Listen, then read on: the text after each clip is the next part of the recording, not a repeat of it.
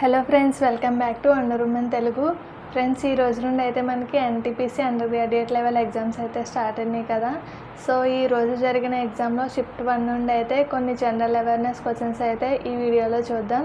So exam రాసేవాళ్ళు ఈ videos చూడడం వల్ల ఏంటంటే, ఈ క్వశ్చన్స్ చూడడం వల్ల ఏంటంటే మీకు క్వశ్చన్స్ ఎలా వస్తున్నాయి, ఎక్కడి నుండి అడుగుతున్నాడు అనేది ఒకటి అర్థమవుతుంది. సో దానివల్ల ముందు ముందు ఎగ్జామ్స్ రాసే వాళ్ళకైతే యూజ్ అవుతుంది, వేటి మీద ఎక్కువగా కాన్సన్ట్రేషన్ చేయాలని.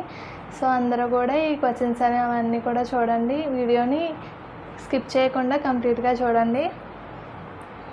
సో ఫస్ట్ క్వశ్చన్ అయితే చూద్దాం. భారతదేశ మొట్టమొదటి మహిళా గవర్నర్ ఎవరు అని చెప్పేసి అడిగారు. సో దీనికి ఆన్సర్ వచ్చేసి మనందరికీ తెలిసిందే, సరోజినీ నాయుడు. ఫ్రెండ్స్, ఈ క్వశ్చన్స్ అయితే అన్నీ కూడా చాలా ఈజీగా ఉన్నాయి, జీకే లెవెల్లో ఉన్నాయి అన్నమాట. క్వశ్చన్స్ అన్నీ కూడా డెప్త్గా అయితే లేవు, చాలా సింపుల్గా అయితే క్వశ్చన్స్ అన్నీ ఉన్నాయి. సో నెక్స్ట్ క్వశ్చన్ వచ్చేసి మనకి ప్రస్తుతం ఢిల్లీ యొక్క ముఖ్యమంత్రి ఎవరు అని చెప్పేసి అడగడం జరిగింది. సో దీనికి ఆన్సర్ వచ్చేసి మనకి Rekha Gupta. So next question, WTO అంటే వరల్డ్ ట్రేడ్ ఆర్గనైజేషన్ ప్రధాన కార్యాలయం ఎక్కడ ఉంది అని చెప్పేసి ఒక క్వశ్చన్ అడగడం జరిగింది. సో దీనికి ఆన్సర్ వచ్చేసి, సో దీని యొక్క ప్రధాన కార్యాలయం అనేది మనకి జెనీవాలో ఉండడం జరిగింది, స్విట్జర్లాండ్లో అయితే ఉంది. సో నెక్స్ట్ క్వశ్చన్, అతి ప్రాచీనమైన వేదంగా చెప్పబడేది ఏది అని చెప్పేసి అడగడం జరిగింది. సో దీనికి ఆన్సర్ వచ్చేసి మనందరికీ తెలిసిన విషయమే, ఋగ్వేదం అనేది దీనికి answer. So next question, Jhelum నదికి మూలం ఏది అని చెప్పేసి అడిగాడు. సో దీనికి ఆన్సర్ వచ్చేసి పీర్ పంజల్ శ్రేణి. సో నెక్స్ట్ క్వశ్చన్, ప్రపంచ జల దినోత్సవం యొక్క థీమ్ ఏమిటి అని చెప్పేసి అడిగాడు. కరెంట్ అఫైర్స్లో భాగంగా ఈ క్వశ్చన్ అయితే అడగడం జరిగింది. సో ఆన్సర్ అయితే హిమానీ నదం యొక్క పరిరక్షణ అనేది దీనికి ఆన్సర్ అయితే అవుతుంది. సో నెక్స్ట్ క్వశ్చన్, భారతదేశ నెపోలియన్ అని ఎవరిని పిలుస్తారు అని చెప్పేసి అడిగారు. సో ఈ క్వశ్చన్ అయితే తెలియని వాళ్ళు అంటూ ఎవరు ఉండరు. సో దీనికి ఆన్సర్ వచ్చేసి సముద్రగుప్తుడు.